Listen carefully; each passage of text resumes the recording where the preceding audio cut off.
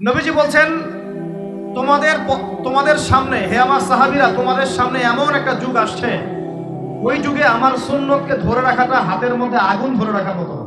আমি অনেকদিন এই লেকচারে এই হাদিসটা বলেছি। তোমাদের সামনে এমন একটা কঠিন যুগ আসছে, জামানা সবরিন, সবরের যুগ, কঠিন যুগ। ওই যুগে ঈমান ধরে রাখা, নামাজ সুন্নতের উপর থাকা হাতে আগুন ধরে রাখার মতো। ওই যুগে যদি তোমরা আমার একটা সুন্নতকে জীবিত করতে পারো, সমাজে একটা সুন্নত মরে গেছে, ওটাকে আবার জীবিত করতে পারো, তাহলে 50 জন শহীদ সাহাবীর নেকি পাবো। আর এটা বুঝলেন, শুধু নেকি না, আপনি 50 জন শহীদ সাহাবীর নেকি পাবেন যখন চলমান সমাজে একটা সুন্নত মিটে গেছে, নাই, মানুষ আমল করছে না, কিন্তু আপনি সেটাকে জীবিত করলেন। বলা যাবে ইনশাআল্লাহ।